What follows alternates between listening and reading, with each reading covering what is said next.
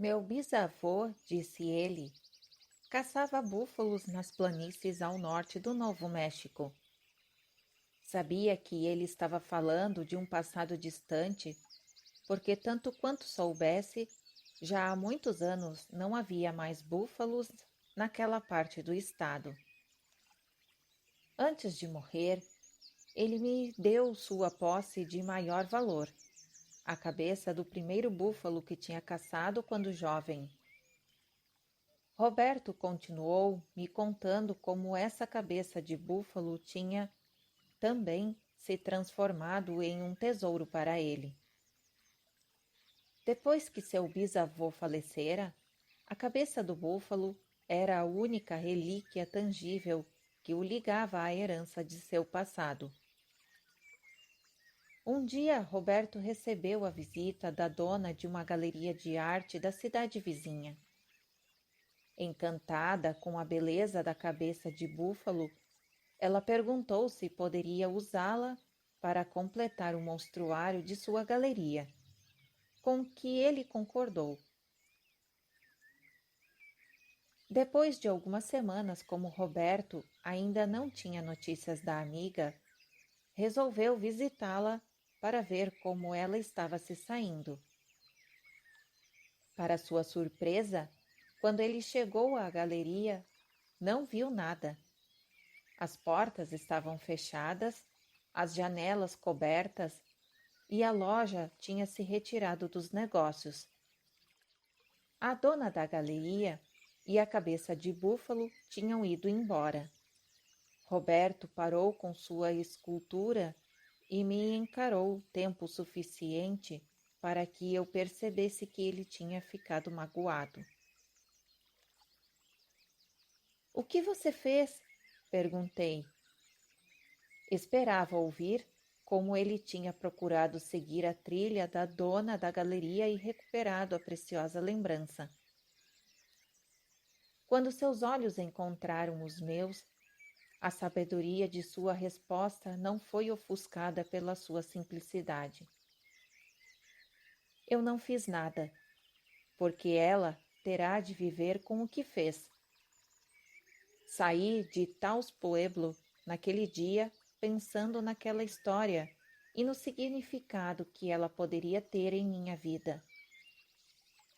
Mais tarde, naquela semana, comecei a explorar as opções legais de que dispunha para recuperar pelo menos uma parte do dinheiro desaparecido de minha conta.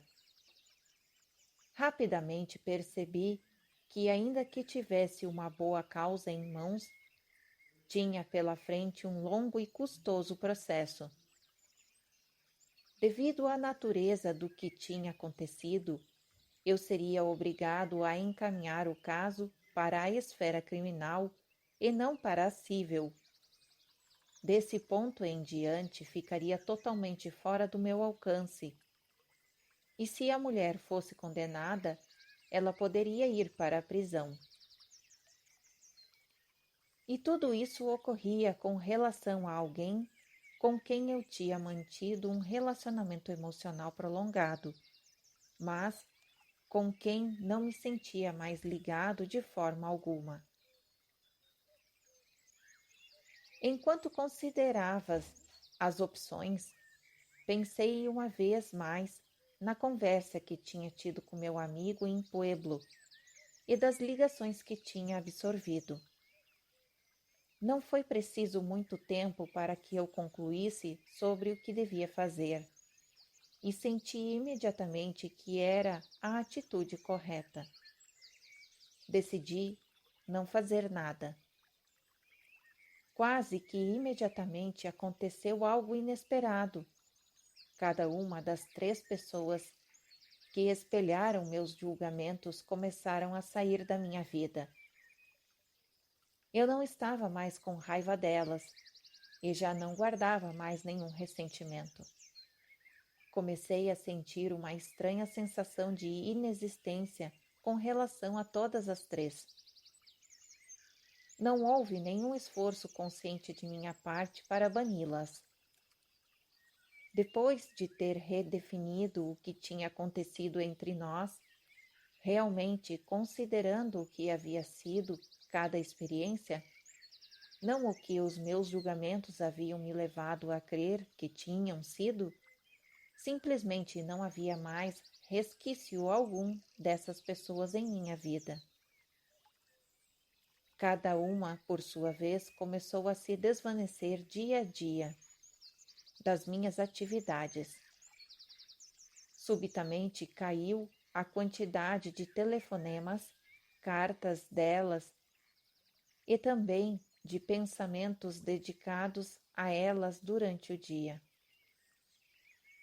Meus julgamentos tinham sido o ímã que conservara aquelas relações em seus respectivos lugares.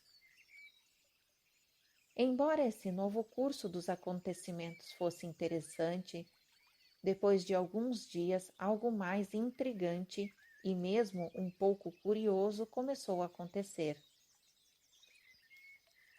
Compreendi que existiam outras pessoas que tinham estado em minha vida durante muito tempo, que também tinham começado a desaparecer.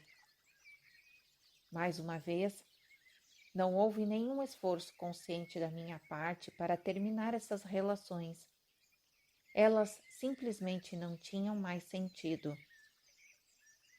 Em uma rara ocasião em que conversei com um desses indivíduos, eu me senti tenso e artificial. Onde antes tinha havido um terreno comum, agora só havia estranheza. Quase imediatamente depois de ter notado a mudança nesses relacionamentos, fiquei consciente do que, para mim, tratava-se de um novo fenômeno. As relações que saíram da minha vida fundamentavam-se no mesmo padrão trazido pelas três pessoas, e esse padrão era o do julgamento. Além de ser o ímã que me trouxera os relacionamentos, meu hábito de julgar tinha também sido a cola que conservara as relações. Na ausência do julgamento, a cola se dissolvera. Notei o que parecia ser um efeito cascata, uma vez que o padrão fora reconhecido em um lugar, em um relacionamento, seu eco foi se tornando menos audível em muitos outros níveis de minha vida. Os espelhos do julgamento são sutis, difíceis de captar.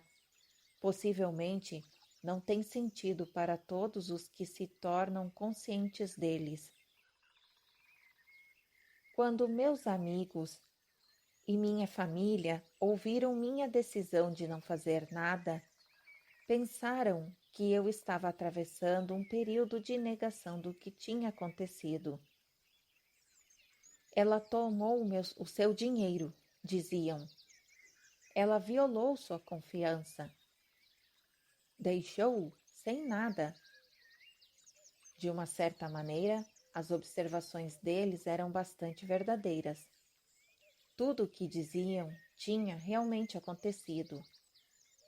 Eu entendia que se fosse seguir o padrão típico de retribuição, se procurasse a desforra para deixar as coisas em pé de igualdade, facilmente entraria em um círculo vicioso de pensamentos que alimentariam justamente esse tipo de experiência. Entretanto, em outro nível, procurando simplesmente ser quem eram, cada um dos três me mostrou alguma coisa sobre mim que se tornaria a peça fundamental nas decisões de negócios que eu deveria tomar no futuro. Essa coisa era uma importante lição no discernimento da verdade. Antes dessa época, eu acreditava que a confiança tinha uma característica binária, isto é, ou confiávamos ou não em uma pessoa. E se confiássemos, confiaríamos integralmente. Ainda que eu não aprecie ver o mundo de outra maneira, tinha conseguido aprender com esses 3 relacionamentos que existem níveis de confiança que ficam ao nosso critério discernir no outro. Muitas vezes depositamos em outras pessoas mais confiança e responsabilidade do que elas próprias jamais depositariam em si mesmas. E essa foi precisamente a experiência que tive. O reconhecimento do julgamento refletido no relacionamento é uma descoberta penetrante cujas reverberações tocam todos os aspectos da vida. Para as pessoas que me ajudaram com essas lições, meus agradecimentos. E para aquelas que me mostraram minha humanidade, meu mais profundo respeito e gratidão por segurarem sem nenhuma falha o espelho diante de mim. O que foi uma bela validação do mistério do segundo espelho dos relacionamentos. Observação. Na história anterior, mencionei a reconciliação da carga do julgamento sem descrever inteiramente como tal reconciliação poderia ser feita. Focalizei inteiramente esse assunto em meu livro de 2006, intitulado Segredos do Modo Perdido de Oração, da editora Hay House, como sendo o terceiro segredo: abençoar é libertar. Resumindo o poderoso princípio capaz de transformar nossos julgamentos, a atitude de abençoar é um antigo segredo que nos liberta do sofrimento da vida durante tempo suficiente para substituí-lo por outro sentimento. Quando abençoamos as pessoas ou coisas que nos feriram temporariamente, interrompemos o ciclo de dor. Não importa se essa suspensão dura nanosegundos ou um dia inteiro. Independentemente da duração do decurso da bênção, abre-se a porta para começarmos nossa cura e para avançarmos na vida. O segredo é que durante algum tempo ficamos liberados do nosso sofrimento o bastante para deixarmos que nosso coração e mente sejam ocupados por outra coisa, a intensidade da beleza. Subtítulo em destaque: Terceiro espelho. Reflexos do que perdemos, jogamos fora ou foi tirado de nós. Uma frase do Evangelho de Tomé. O reino do Pai é como uma certa mulher que estava carregando um cântaro cheio de farinha. Enquanto estava caminhando pela estrada, ainda distante de casa, a alça do cântaro partiu-se e a farinha foi caindo pelo caminho atrás dela. Ela não se deu conta, pois não tinha percebido o acidente. Quando chegou em casa, colocou o cântaro no chão e percebeu que ele estava vazio.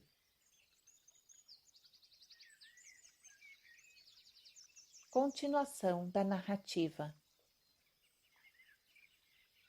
Seu amor, compaixão e dedicação são como o alimento no cântaro da parábola acima.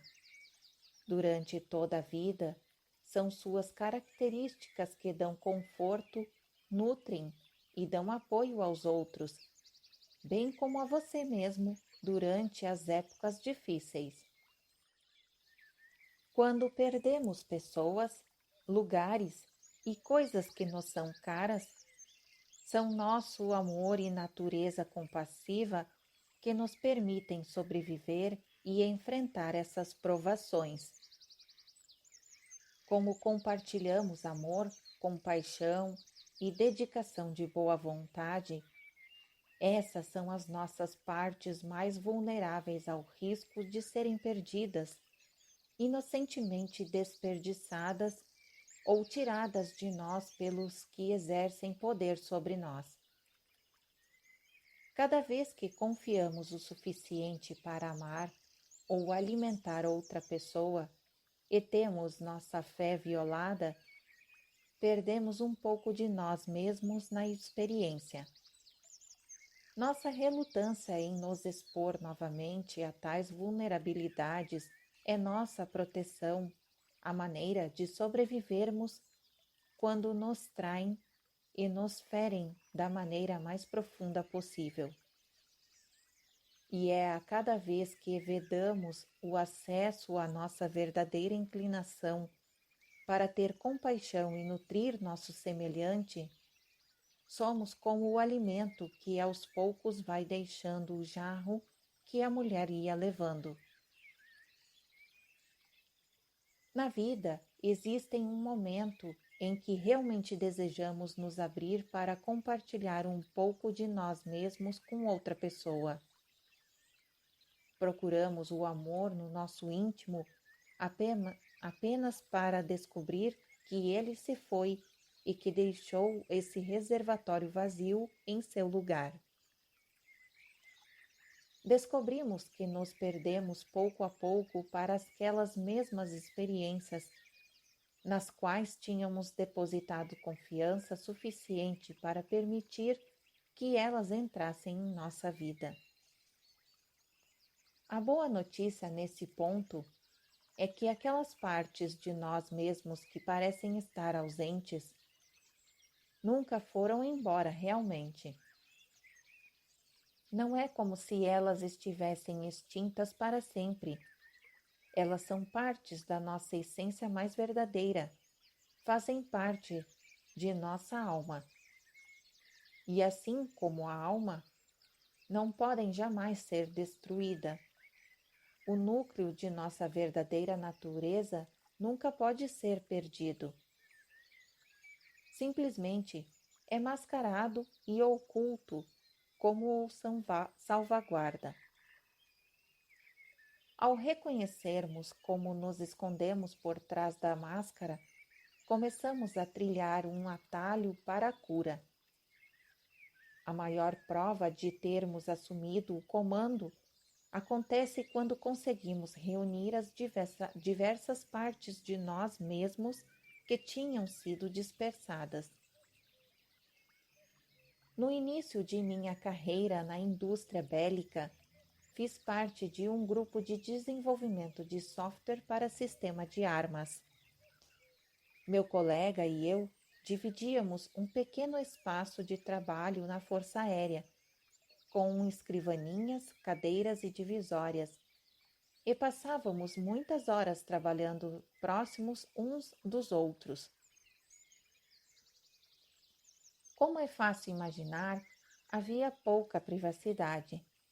As paredes em painéis de gesso não evitavam que um ouvisse o telefonema do outro e chegávamos a nos conhecer muito bem de tanto entre ouvirmos as conversas telefônicas por cima das divisórias.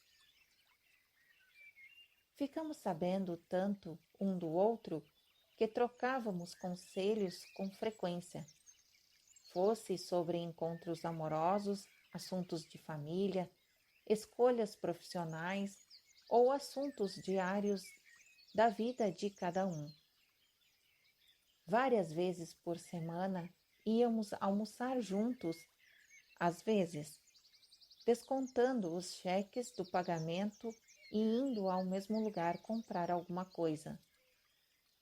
Numa dessas aventuras, na hora do almoço, tive a oportunidade de testemunhar em primeira mão uma experiência que criou um inferno na vida pessoal de um dos meus colegas, um homem de quem tinha também me tornado amigo. Meu amigo tinha o hábito de se apaixonar pelas mulheres que conhecia no seu dia a dia de trabalho. Poderia ser a garçonete que atendera nosso pedido ou a moça do caixa do supermercado. Falando francamente, poderia ser qualquer pessoa que tivesse cruzado seu caminho durante o dia. Qualquer mulher bem atendido. Acontecia em toda parte, e o padrão era sempre o mesmo. Ele simplesmente olhava a mulher nos olhos e tinha um sentimento que ele não sabia explicar. Sem, sem compreender bem o que estava acontecendo, ele descrevia sua experiência, explicando da maneira que ele imaginava que seria capaz de esclarecer o que ocorria. Ele achava que estava amando. E todos os dias ficava apaixonado várias vezes. A razão pela qual isso era problemático é que ele era casado. Tinha uma bela esposa que o amava muitíssimo e um filho pequeno, e amava ambos de todo o coração. A última coisa que poderia querer era causar-lhes um desgosto ou destruir o que tinham construído juntos. Ao mesmo tempo, seus sentimentos por outras mulheres eram praticamente incontroláveis e algo que ele simplesmente não era capaz de compreender. Nessa ocasião, tínhamos acabado de voltar para o escritório depois de um almoço rápido e de passarmos no posto de gasolina e no banco. Foi no banco que ele se meteu em uma encrenca. A caixa de onde fomos depositar nossos cheques era uma moça muito bonita. Isso foi há muito tempo, antes dos caixas de depósito automático. No caminho de volta ao escritório, ele não parava de pensar nela. Não se concentrava, era incapaz de varrê-la da memória. E se ela estiver pensando em mim neste exato momento? Era a sua pergunta. E se ela for tudo o que eu imagino? Finalmente, ele resolveu ligar para o banco, encontrar a caixa e perguntar se ela gostaria de encontrá-lo para um café depois que saísse do trabalho. Ela concordou, mas quando eles estavam na lanchonete, ele olhou nos olhos da moça que servia às mesas e se apaixonou por ela também. Ao contar essa história, chamo a atenção do leitor para o fato de que meu amigo, por razões que ele não compreendia, sentia compelido a entrar em contato com a mulher, movido por uma convicção sincera no sentimento que nutria por ela. Ao fazer isso, ele arriscava tudo o que considerava importante na vida, ou seja, sua esposa, seu filho e sua carreira. O que estava acontecendo com ele? O leitor já teve uma experiência semelhante? E se já, espero que em menor grau? Já houve épocas em que estava perfeitamente feliz, comprometido com o relacionamento, quando não mais do que de repente veio a paixão? Ou quem sabe, sem relacionamento algum, nem procurando um, sem aviso, andando em uma movimentada rua comercial, em um shopping, no supermercado, no aeroporto, aconteceu aquela experiência inesquecível? Alguém, uma pessoa desconhecida, passa, seus olhos e se encontram, e plim! Surge aquele sentimento. Pode ser uma simples sensação de familiaridade ou de vislumbre de uma possibilidade. Talvez um impulso irresistível de se aproximar da pessoa, chegar a conhecê-la melhor, ou mesmo de iniciar uma conversa. Já propus essa situação muitas vezes durante workshops. Acho interessante observar que, se formos verdadeiramente honestos com nós mesmos, esse tipo de ligação não é assim tão raro. Quando acontece, o encontro usualmente se desenrola assim. Ainda que os olhos das duas pessoas se encontrem e que elas obviamente sintam algo, uma das duas descartará o momento. Entretanto, durante uma fração de segundo, alguma coisa inegavelmente ocorre. Acontece um estado de alteração e uma sensação de irrealidade.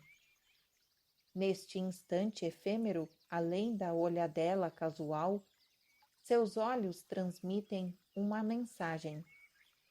Cada pessoa estará dizendo alguma coisa à outra naquele instante, sem que nenhuma das duas tenham consciência do que seja.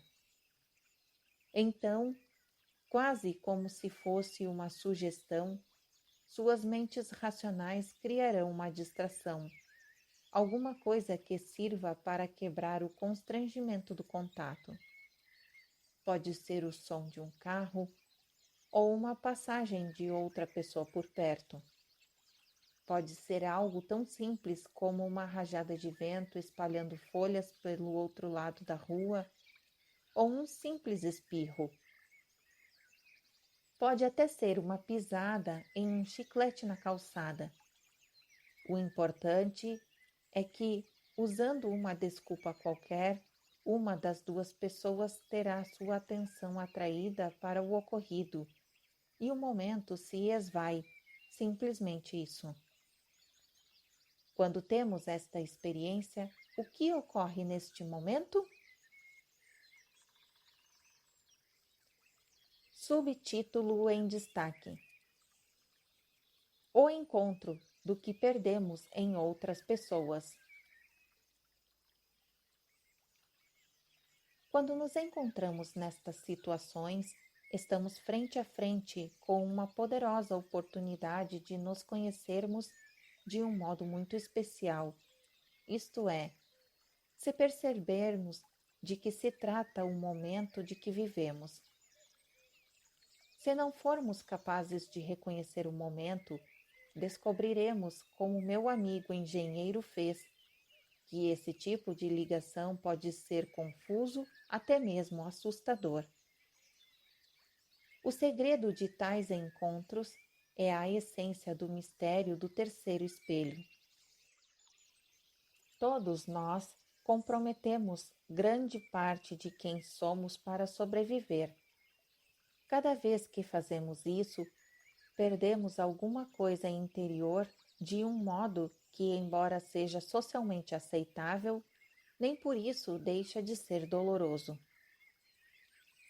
Assumir o papel de adulto e sentir falta da infância depois de um rompimento familiar, perder a identidade racial quando culturas diferentes são forçadas a conviver no mesmo ambiente e sobreviver a um trauma precoce, reprimindo as emoções de dor, raiva e fúria, são todos eles exemplos de como podemos perder uma parte de nós mesmos.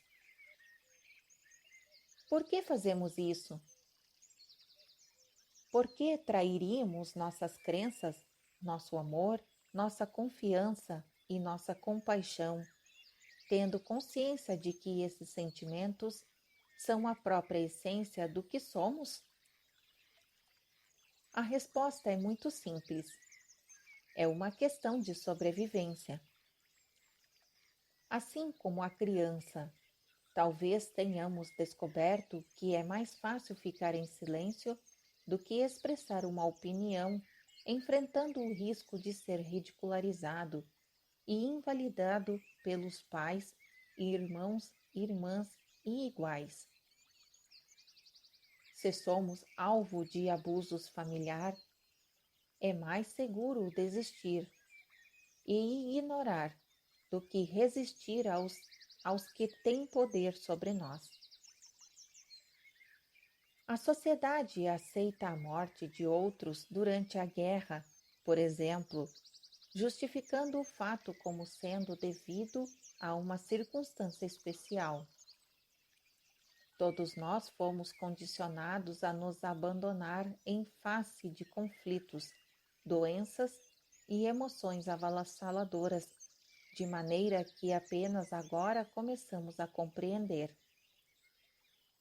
A cada circunstância, temos mais a oportunidade de distinguir as possibilidades poderosas do que de julgar o que está certo e o que está errado.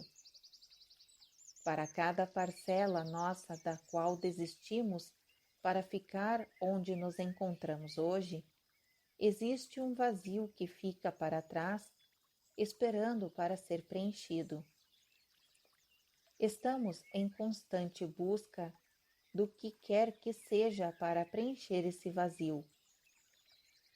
Quando encontramos uma pessoa que tenha as mesmas coisas das quais desistimos, sentimos-nos bem em estar perto dela. A essência complementar dessa pessoa preenche nosso íntimo e deixa-nos pleno mais uma vez. Essa é a chave para a compreensão do que aconteceu no caso do meu amigo engenheiro e nos outros exemplos comentados anteriormente. Quando descobrirmos nossas partes faltantes nos outros, sentimos-nos poderosa e irresistivelmente atraídos. Podemos até mesmo acreditar que precisamos deles em nossa vida, até o momento em que nos lembramos de que o que nos atrai é algo que ainda temos dentro de nós e que simplesmente está adormecido. Tendo consciência de que essas características e traços ainda estão conosco, podemos retirar a camuflagem que os encobre para incorporá-los outra vez em nossa vida. E, ao fazermos isso, subitamente descobrimos que não estamos mais nos sentindo poderosa, magnética e inexplicavelmente arrastados para a pessoa que originalmente espelhou esses nossos traços. Reconhecer nossos sentimentos com relação aos outros pelo que eles são e não pelo que o nosso condicionamento os transformou é a chave para o terceiro espelho dos relacionamentos. Esse inexplicável sentimento que temos quando estamos com outra pessoa, o magnetismo e a chama que nos fazem sentir tão cheios de vida, na realidade somos nós mesmos. Trata-se da essência dessas partes que nós perdemos, do reconhecimento de que as queremos de volta em nossa vida. Assim, tendo isso em mente, voltemos à história do meu amigo engenheiro. Certamente existe uma boa possibilidade de que, sem conhecimento consciente disso, meu amigo tenha visto naquelas mulheres algumas partes perdidas de si mesmo, partes que ele havia descartado ou que dele tinham sido tiradas ao longo da vida. Existe uma boa chance de que tenha encontrado o mesmo em homens, mas que tenha o impedido de sentir os mesmos sentimentos por causa de seu condicionamento social. Sob o ponto de vista de sua experiência, as coisas que havia perdido eram tão significativas para ele que ele identificava traços dessas coisas em quase todos os que encontrava. Entretanto, sem compreensão de que seus sentimentos queriam dizer, ele se via compelido a acompanhá-los da única maneira que conhecia. Acreditava, honestamente, que cada encontro era uma oportunidade de felicidade, porque se sentia muito bem quando em companhia de uma mulher. Ele ainda amava muitíssimo a esposa e o filho, Quando uma vez perguntei se ele os deixaria, ele pareceu ficar verdadeiramente chocado. Ele não tinha desejo algum de terminar o casamento, ainda que obedecesse à força que o impulsionava para situações comprometedoras até o ponto em que a perda da família transformou-se em um perigo bastante real. Subtítulo em destaque: Como descobrir o que os sentimentos de atração dizem? Todos nós dominamos a arte de desistir de partes de nós mesmos quando sentimos que no momento é uma medida necessária para a nossa sobrevivência física e emocional. Quando fazemos isso, é fácil nos vermos como inferiores e sermos iludidos pelas nossas crenças sobre o que restou. Para algumas pessoas, a compensação ocorre antes da percepção, sem que cheguem a compreender o que ocorre, enquanto para outras trata-se de uma escolha consciente. Uma tarde, enquanto eu trabalhava naquela mesma indústria bélica com meu amigo engenheiro, um convite inesperado aterrissou em minha mesa. Era uma apresentação informal que seria realizada para a Casa Branca e oficiais sobre o novo sistema recentemente inaugurado, o Iniciativa de Defesa e Estratégia, conhecido como SDI, popularmente conhecido como Guerra nas Estrelas. Durante a recepção que se seguiu ao evento, tive a oportunidade de ouvir uma conversa entre um dos oficiais de alta patente e o CEO da companhia. A pergunta feita pelo CEO era relativa aos sacrifícios que o outro havia suportado para alcançar a posição de poder que conquistara. Quais sacrifícios você teve de fazer para chegar onde está hoje? Era a pergunta. O oficial descreveu como tinha escalado postos no Pentágono e para a hierarquia militar até a sua atual posição de mando em uma grande companhia multinacional. Eu ouvia atentamente enquanto o homem narrava sua história com honestidade e entusiasmo. Para chegar onde estou hoje, tive que me entregar ao sistema. Cada vez que conquistava um posto, perdia mais uma parte da minha vida. Um dia compreendi que tinha chegado ao topo e olhei para trás para minha vida. Descobri que havia aberto mão de tanto de mim mesmo que não havia sobrado mais nada.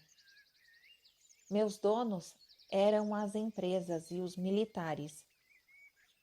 Tinha deixado escapar o que mais amava: minha esposa, meus filhos, os amigos e a saúde. Tinha trocado essas coisas por poder, saúde e controle. Fiquei pasmo com a honestidade de sua narrativa. Ainda que admitisse ter se perdido no processo, estava consciente do que havia feito. Estava entristecido, mas considerava que era um preço que valia a pena pagar pela sua posição de poder. Ainda que não pelas mesmas razões, nós todos podemos fazer algo semelhante. Para muitos, entretanto, a meta é menos o poder do que a sobrevivência. Convido-o a mergulhar em si mesmo no momento em que encontrar alguém que lhe desperte um sentimento de proximidade e empatia. Algo de raro e precioso está acontecendo com ambos neste instante. você acaba de encontrar quem guardava suas partes perdidas que você tanto procurava. Frequentemente, trata-se de uma experiência de mão dupla, pois a outra pessoa sente-se atraída pela mesma razão. Usando seu poder de discernimento, você percebe que deve iniciar uma conversa. Comece falando sobre alguma coisa, qualquer coisa, para manter o contato pelo olhar. Enquanto fala, mentalmente propõe a si mesmo a seguinte pergunta: o que vejo nesta pessoa que perdi em mim mesmo, que desisti ou que tiraram de mim? Quase imediatamente, uma resposta surgirá em sua mente. Pode ser alguma coisa tão simples como um sentimento de realização ou algo tão claro como a voz interior que você reconhece e que tem estado desde criança em sua companhia. As respostas frequentemente são palavras simples ou frases curtas. O seu corpo saberá o que tem sentido para você. Talvez você simplesmente perceba algo de belo nessa pessoa, de que você sente falta em si mesmo naquele momento. Possivelmente será a inocência perante a vida, a graça com que anda pelo corredor do supermercado, a confiança que transmite ao executar a tarefa do momento ou simplesmente seu brilho ou vitalidade. Seu encontro não precisa durar mais do que alguns segundos, talvez poucos minutos.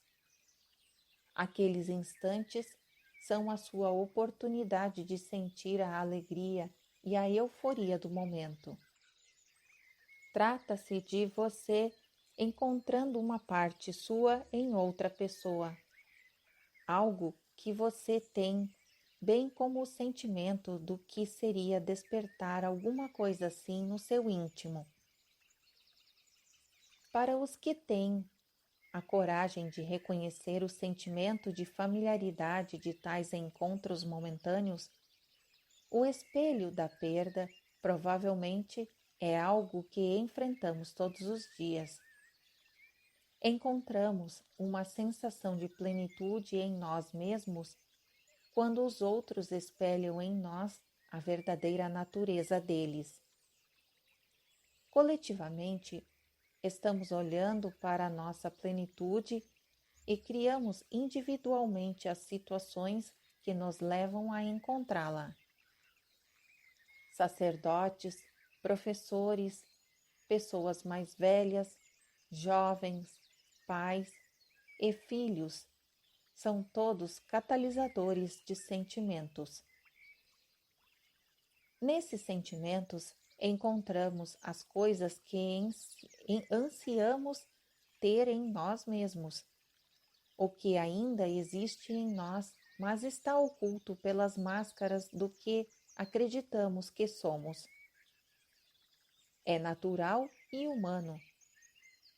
A compreensão do que nossos sentimentos realmente nos contam a respeito dos outros pode se transformar no mais poderoso instrumento para descobrirmos nosso potencial máximo. Subtítulo em destaque: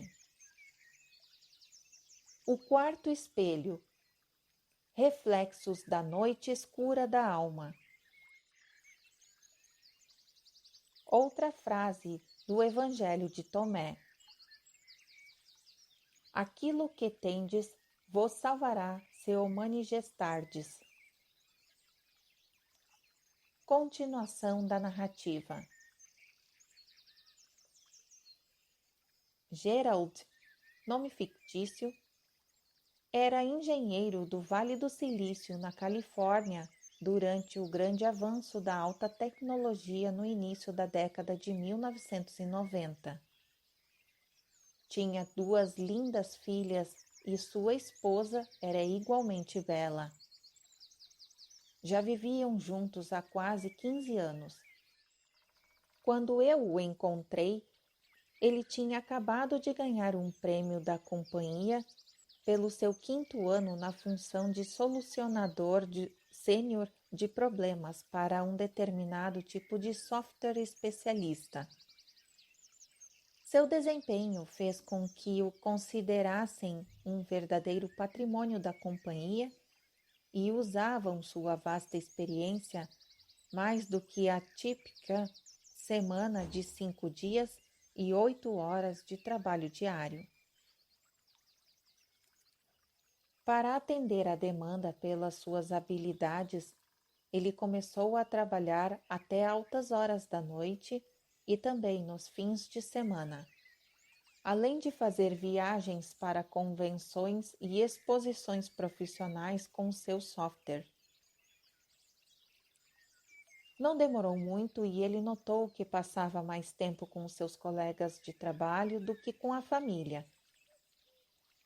Eu podia ver em seus olhos como ele se ressentia da falta do convívio com os familiares. Quando Gerald chegava em casa à noite, encontrava a esposa e as filhas dormindo, e na manhã seguinte ele já estava no trabalho antes de elas se levantarem. Depois de algum tempo, ele começou a se sentir um estranho na própria casa.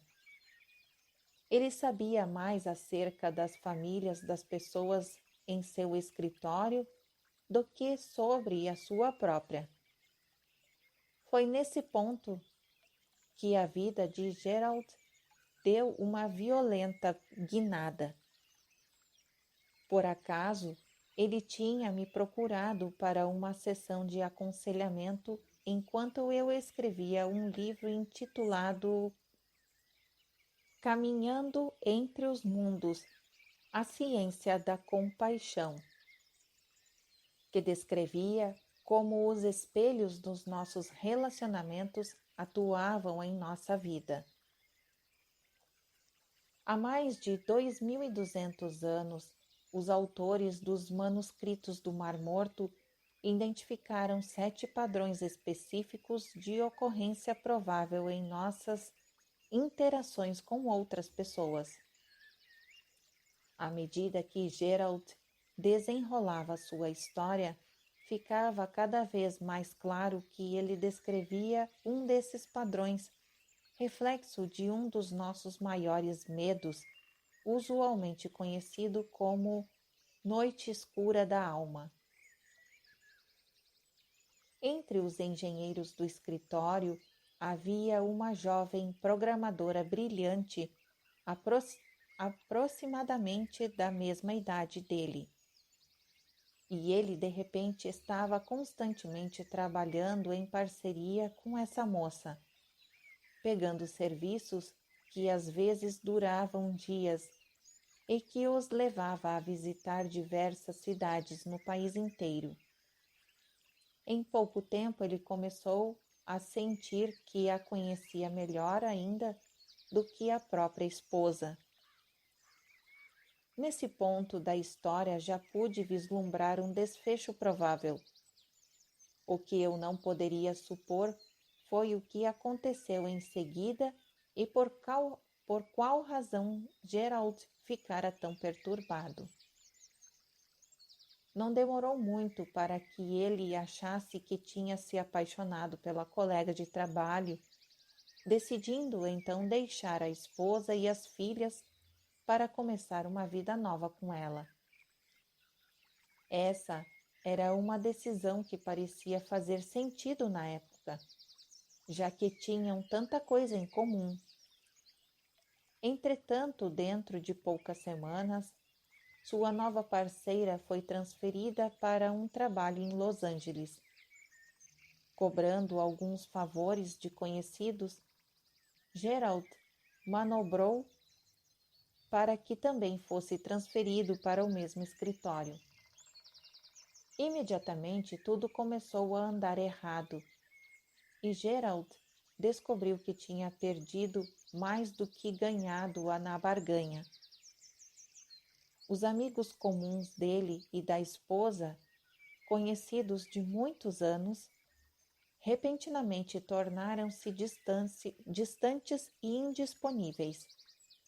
Seus colegas de trabalho pensaram que ele estava maluco por largar a posição e projetos que havia conquistado com tanto sacrifício. Até mesmo seus pais se enraiveceram quando viram que ele tinha largado a família.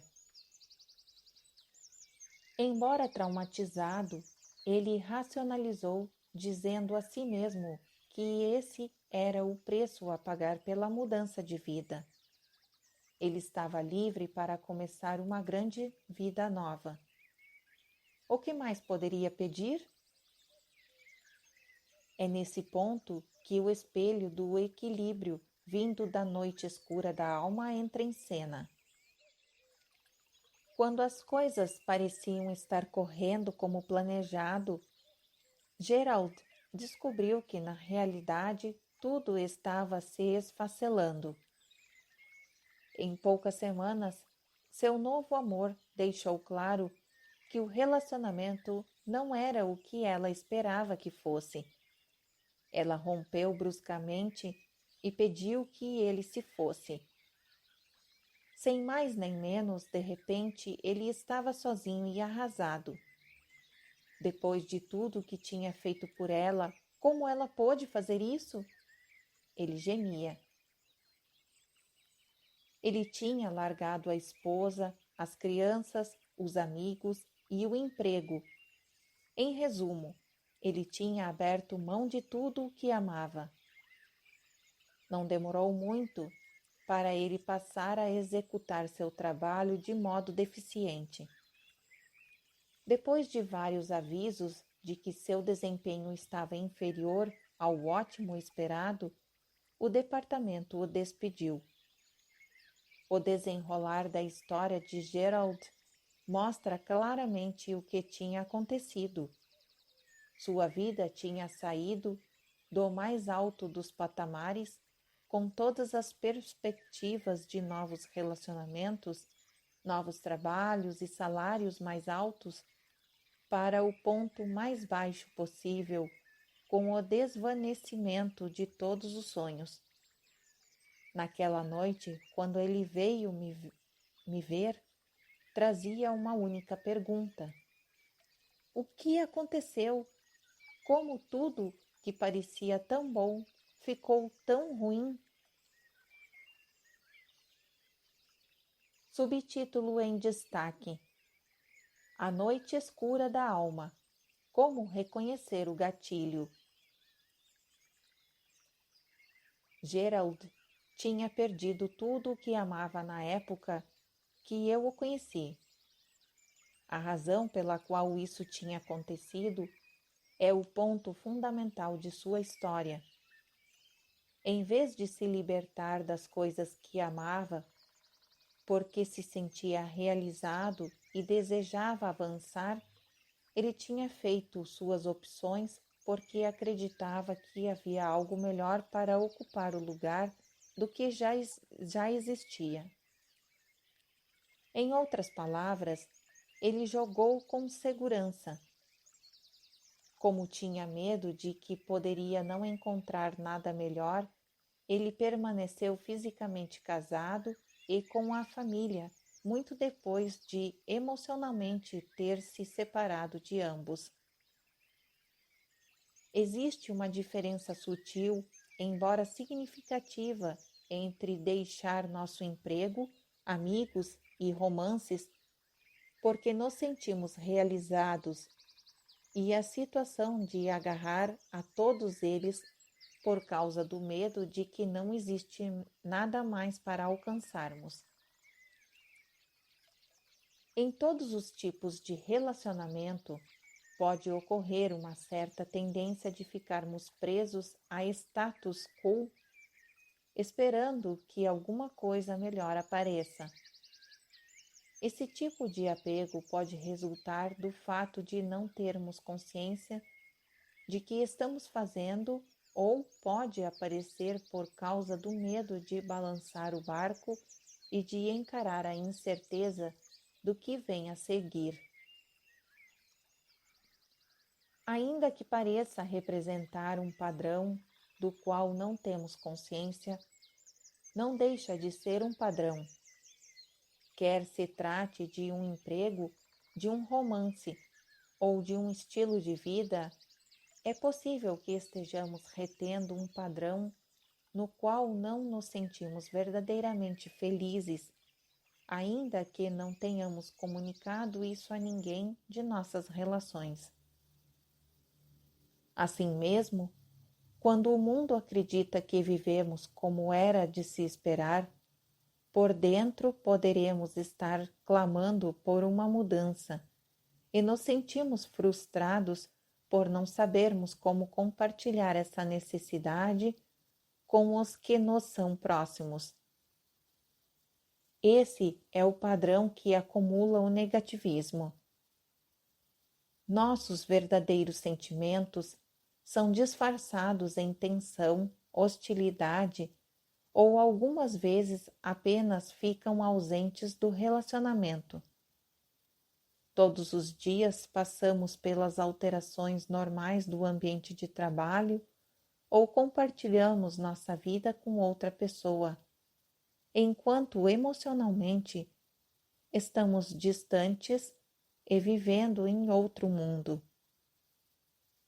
Quer nosso problema seja com o patrão, com o amante ou com nós mesmos, racionalizarmos, assumimos compromissos e ficamos aguardando. E então, um belo dia, sem mais nem menos, bum! Acontece. Aparentemente, vindas de lugar nenhum, aquelas mesmas coisas pelas quais ansiávamos e esperávamos tanto que acontecessem, aparecem repentinamente. Nesse momento podemos investir nelas como se não houvesse um amanhã. No caso de Gerald, quando ele mudou para outra cidade com seu novo relacionamento, deixou para trás de si um vazio não solucionado, dentro do qual seu mundo entrou em colapso. Agora, depois de ter perdido tudo o que ele prezava tanto, senta-se diante de mim com enormes lágrimas rolando pelas faces. Como vou conseguir de volta meu emprego e minha família?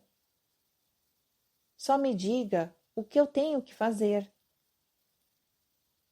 Passei os lenços de papel que tinha ao lado da mesa e que deixava ali justamente para ocasiões como essa, e disse algo que o pegou completamente desprevenido. Nesse momento não se trata de recuperar o que você perdeu, ainda que isso possa vir a acontecer. Você criou para si mesmo, uma situação que ultrapassa seu emprego e sua família. Despertou uma força interior que poderá vir a ser a sua maior e mais poderosa aliada. Quando você passa por uma experiência dessas, você ganha uma confiança nova, inquebrantável. Penetra em um intervalo de tempo que os antigos chamavam de noite escura da alma. Gerald enxugou os olhos e sentou na cadeira. O que você quer dizer com noite escura da alma? Perguntou. Como é que eu nunca soube de nada sobre isso? A noite escura da alma é um período da vida em que a gente se vê arrastado para uma situação que para nós significa o nosso pior pesadelo, respondi. Isso geralmente acontece quando menos esperamos e normalmente sem nenhum aviso prévio. A questão é que, continuei, Só se pode ser arrastado para uma dinâmica dessas quando o nosso domínio sobre a vida assinala que estamos preparados. Então, exatamente tudo parece perfeito. O próprio equilíbrio conquistado serve para sinalizar que estamos prontos para a mudança. O chamariz para criar a mudança será alguma coisa pela qual ansiamos a vida toda, algo que simplesmente consideremos irresistível. De outro modo, nunca teríamos coragem de dar o salto. Um chamariz como um novo relacionamento? Ele perguntou. Precisamente como um novo relacionamento, respondi. Um relacionamento é uma espécie de catalisador que embute a promessa de avanço na vida.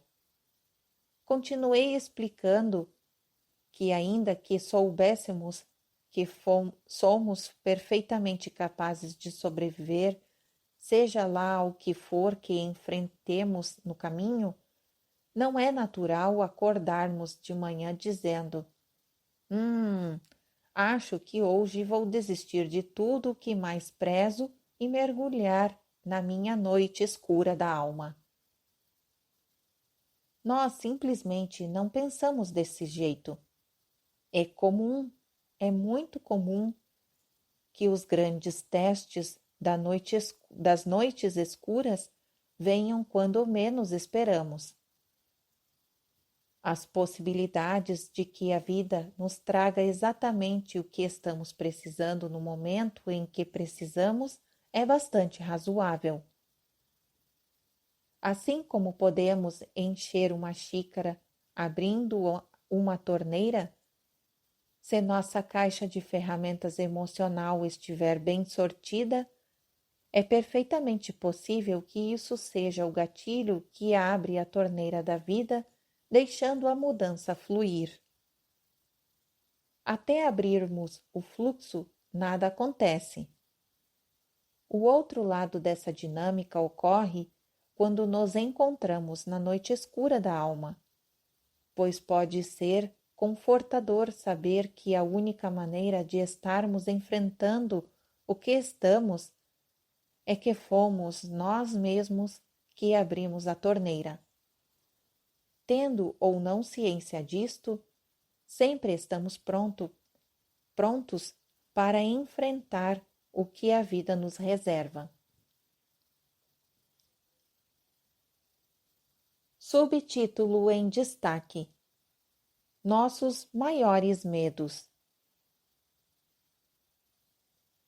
O propósito da noite escura da alma é nos fazer passar pela cura dos nossos grandes medos. Uma coisa realmente curiosa a respeito da noite escura é que, como os medos mudam conforme a pessoa, uma experiência assustadora para algumas poderá significar uma banalidade para outras. Por exemplo, Gerald havia admitido que seu pior medo era ser deixado por conta de si mesmo. Um pouco mais cedo, no mesmo dia, uma mulher havia me dito que sua maior alegria era ficar sozinha. Não é incomum que alguém que tenha medo de estar só torne-se mestre de arranjar relacionamentos em que possa justamente viver tal medo. Por exemplo, Gerald havia narrado romances, empregos e amizades no passado que jamais poderiam ter sido duradouros.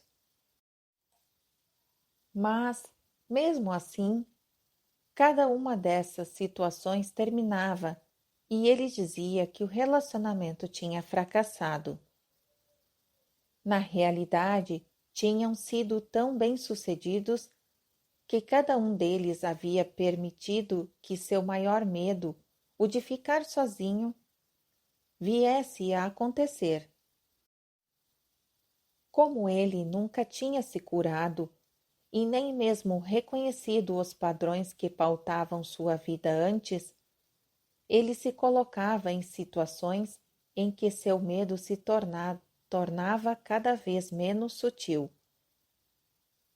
Finalmente, as coisas tinham chegado a um ponto em que suas emoções eram tão fortes que ele precisava dar atenção a elas antes que pudesse prosseguir.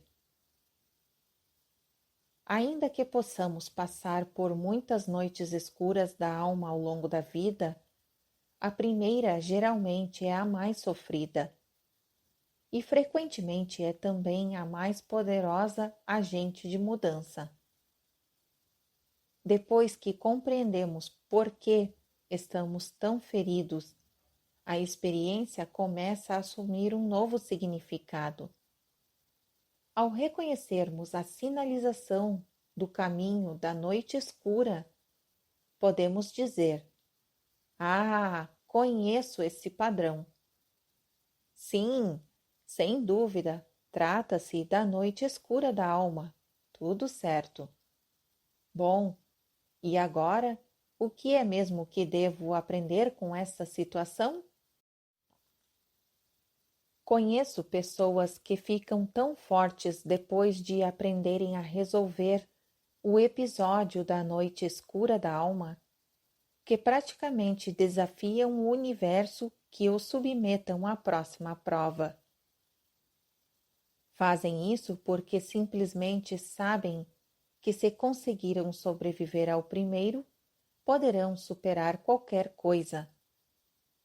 Só quando temos tais experiências, sem compreender o que elas significam ou por que estamos passando por elas, é que ficamos bloqueados anos ou até a vida inteira, presos em um padrão que literalmente pode roubar o que mais prezamos, tal como nossa própria vida.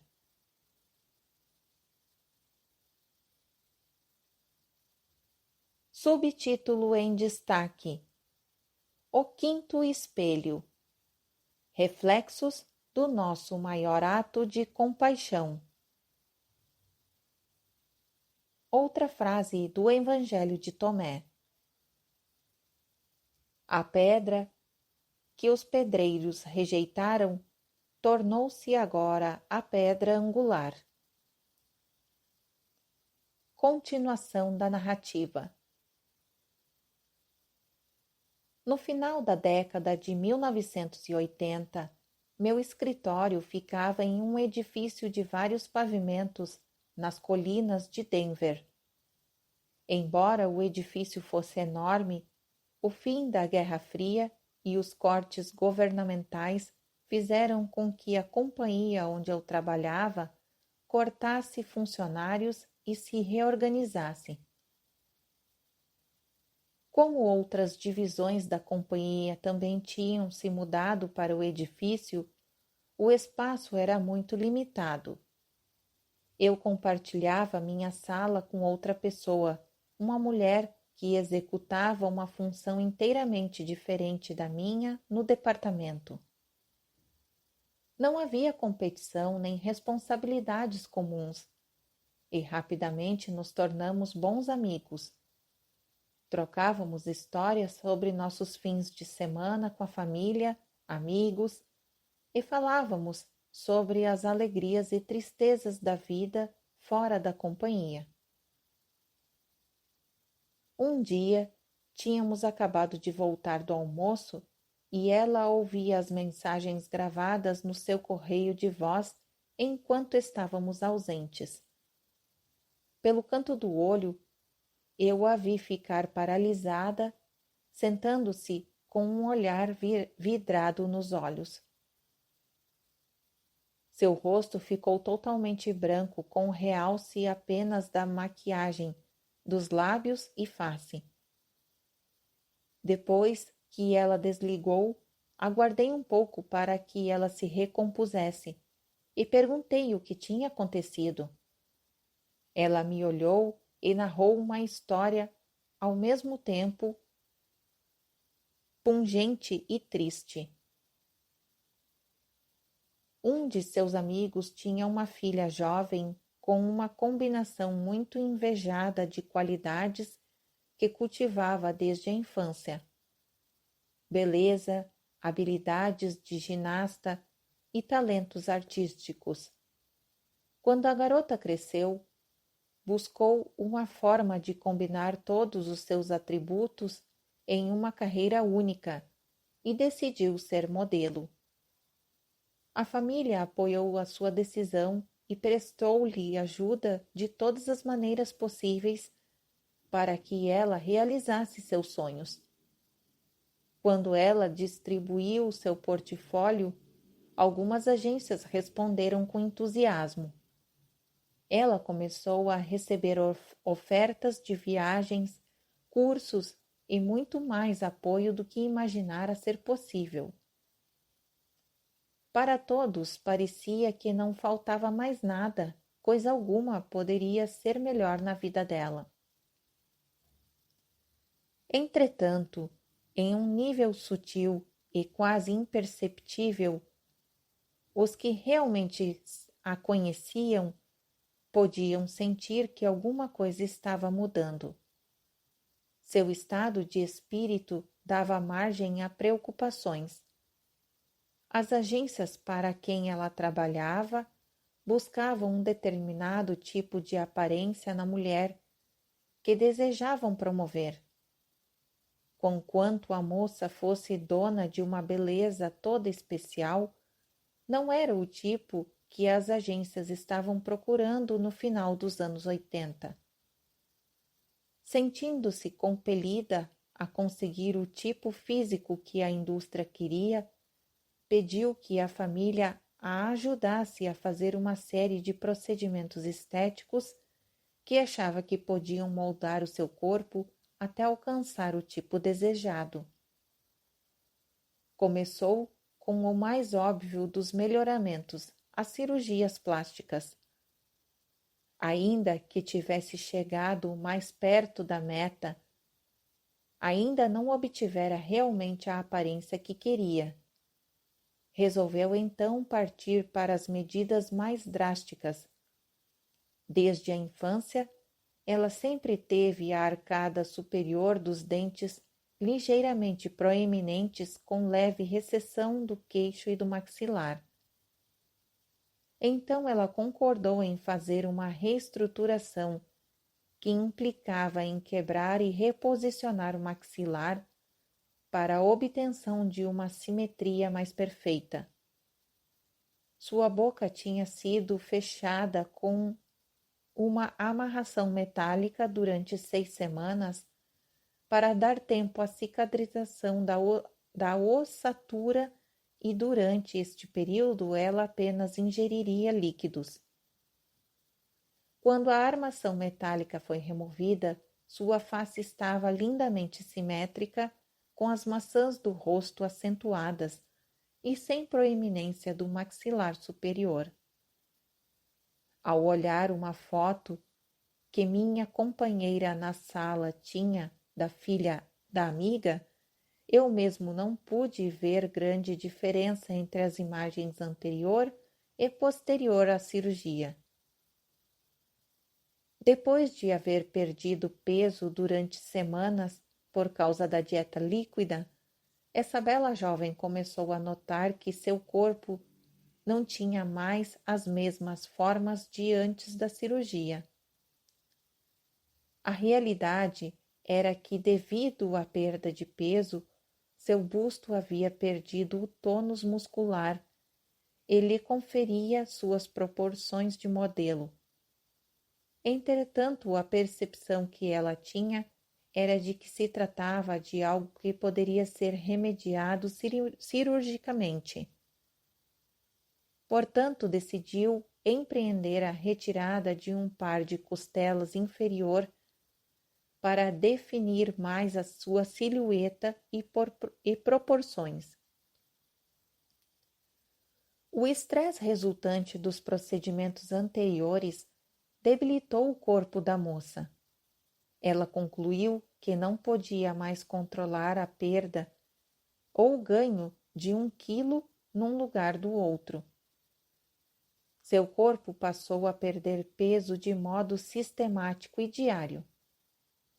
Quando seus pais acordaram para o que estava acontecendo e a hospitalizaram, já era muito tarde. A amiga da minha colega de trabalho acabara de falecer naquela manhã, não sob a alegação de uma única causa, mas sim de uma série de complicações pós-cirúrgicas. Essa tinha sido a mensagem que recebera pela secretária eletrônica depois do almoço.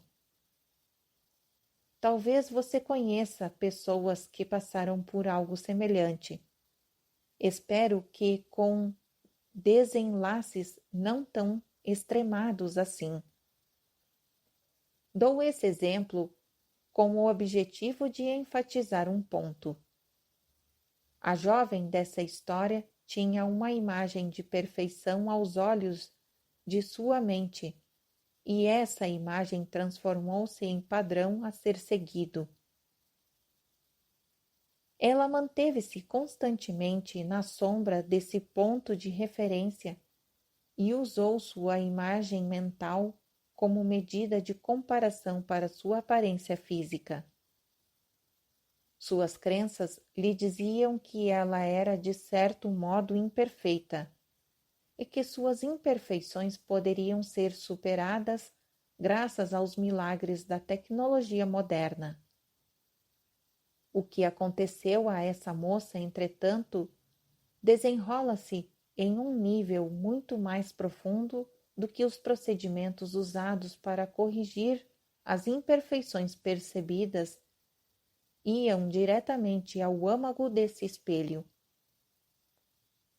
Por que ela sentia que tais extremos eram necessários para o seu sucesso? Por que sua família e amigos a apoiavam nessa busca pela perfeição? Por que razão essa jovem, já naturalmente tão bela, sentia uma compulsão tão forte para se transformar em outra durante de quem era desde que nasceu? Que medos ficaram tão fortes que ela fez de tudo para mudar a aparência, procurando ser aprovada por outros? Talvez uma questão maior ainda seja: que lição podemos tirar de sua experiência? Qual gabarito poderemos usar para comparar? Qual o ponto de referência que usamos para medir nossos próprios sucessos e fracassos ao longo da vida? Subtítulo em destaque: As imperfeições são as perfeições. Frequentemente conto essa história em meus workshops. Imediatamente depois de contá-la, peço aos participantes para completarem um gráfico simples onde eles avaliam suas próprias conquistas em áreas tais como a educacional, romântica, profissional e atlética. O sistema de atribuição de notas compõe-se de 4 categorias que oscilam desde o muito bom até o muito ruim. O segredo aqui é que dou a eles muito pouco tempo para completarem o gráfico. Faço isso por uma razão. A resposta que virá no papel é menos importante do que o pensamento que a acompanha. Sejam quais forem as respostas, a realidade é que qualquer coisa inferior à perfeição será o próprio participante fazendo uma avaliação sobre si mesmo. A única maneira de as pessoas atribuírem notas a elas mesmas relativas ao sucesso ou fracasso é pela comparação com alguma coisa que estejam além da própria experiência. E como todos sabem, nós somos nossos críticos mais severos. Por essa razão, esse espelho é conhecido como nossa maior atitude de compaixão. Trata-se da compaixão por nós mesmos, pelo que somos e por quem queremos ser. É por meio do reflexo de nós mesmos que nos pedem para sermos compassivos quanto à perfeição que já existe em cada momento da vida. Isso é verdadeiro, não importando como outros possam ver o momento ou como ele realmente venha a ser. Até colocarmos um significado nosso ao resultado, cada experiência é simplesmente uma oportunidade para nossa própria expressão. Nem mais, nem menos do que isso. Até que ponto sua vida seria diferente se você permitisse que todas as coisas que você faz fossem perfeitas, como na realidade elas são, não importando as consequências? Se tudo o que fazemos e criamos é feito da melhor maneira que podemos, então até compararmos com alguma outra coisa, como ela poderá ser menos do que ótima? Se por acaso um projeto profissional, um relacionamento, um compromisso escolar não for concluído com a qualidade esperada, sempre poderemos aprender com a experiência feita e da próxima vez fazer melhor. Na matriz divina, o que conta é a maneira de nos sentirmos, nosso desempenho, presença e realizações, que se reflete em nós como realidade do nosso mundo. Com isso em mente, a cura mais profunda de nossa vida poderá também ser nosso maior ato de empatia. É a bondade de dirigirmos a nós mesmos. Subtítulo em destaque: Além dos espelhos. Apesar de existirem outros espelhos que nos mostram segredos ainda mais sutis da nossa verdadeira natureza, os que apresento aqui são os 5 que possibilitam as maiores curas nos relacionamentos. Nesse processo encontramos nosso poder mais verdadeiro para sermos criadores dentro da matriz divina. Cada espelho é um degrau na conquista da capacidade de exercer o domínio em grau mais elevado. Depois de aprendê-los, não há como desaprendê-los. Depois de vê-los atuando em sua vida, você não será capaz de desviar o olhar. Todas as vezes que reconhecer um desses espelhos em uma determinada circunstância, há boa possibilidade de encontrar o mesmo padrão atuante em outras áreas de sua vida também. Por exemplo, as questões relativas ao controle que fazem surgir tantas emoções quando em casa, no ambiente familiar, também podem aflorar com intensidade muito menor no momento de regatear com um estranho o preço de um carro usado.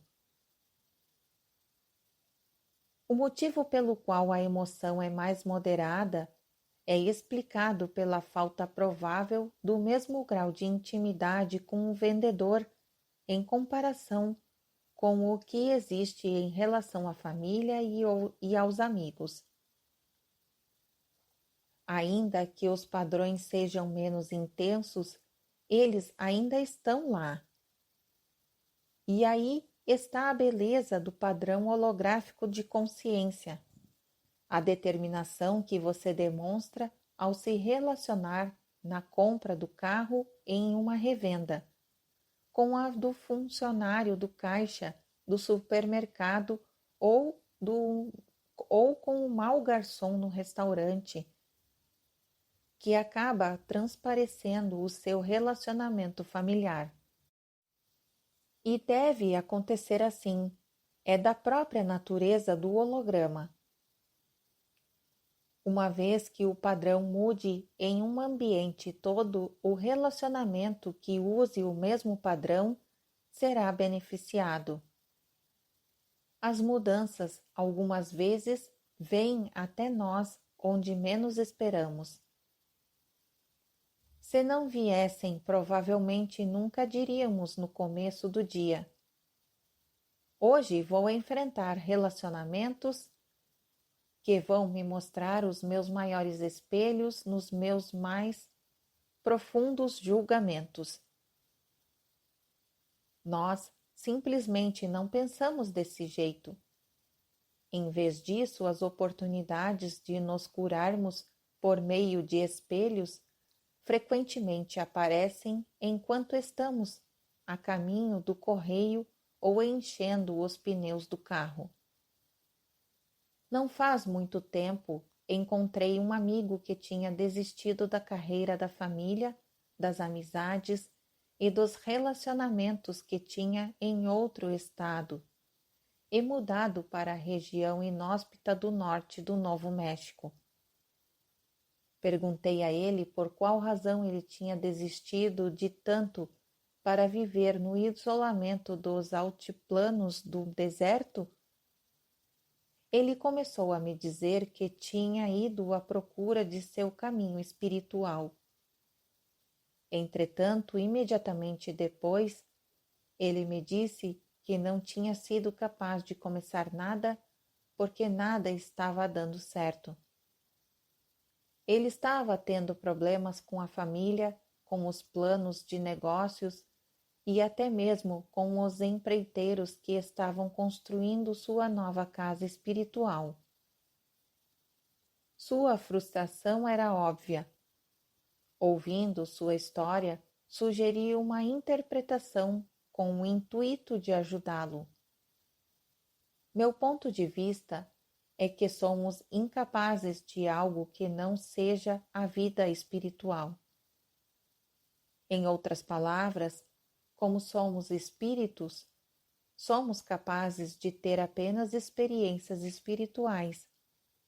Independentemente da aparência que a vida possa ter, acredito que tudo o que empreendemos e todos os nossos caminhos estão nos levando para o mesmo lugar. A partir desta crença, as atividades diárias não podem ser separadas da nossa evolução espiritual. Elas são nossa evolução espiritual. E me virei para meu amigo e sugeri que talvez todos os desafios da vida dele no momento se resumissem no seu caminho espiritual. Ainda que essa obviamente não fosse a resposta esperada, ele ficou curioso sobre o que eu queria dizer. Sua ideia era de que a espiritualidade seria alcançada pela vida solitária em calma contemplação todos os dias. Eu esclareci melhor minhas crenças explicando que, apesar disso tudo poder ser parte da vida, o modo de resolver os desafios que ele enfrentava poderia ser, precisamente, o caminho que ele estava prestes a explorar. Devolvendo o meu olhar, com um ar surpreso no rosto enquanto nos despedíamos, ele simplesmente me respondeu: talvez seja.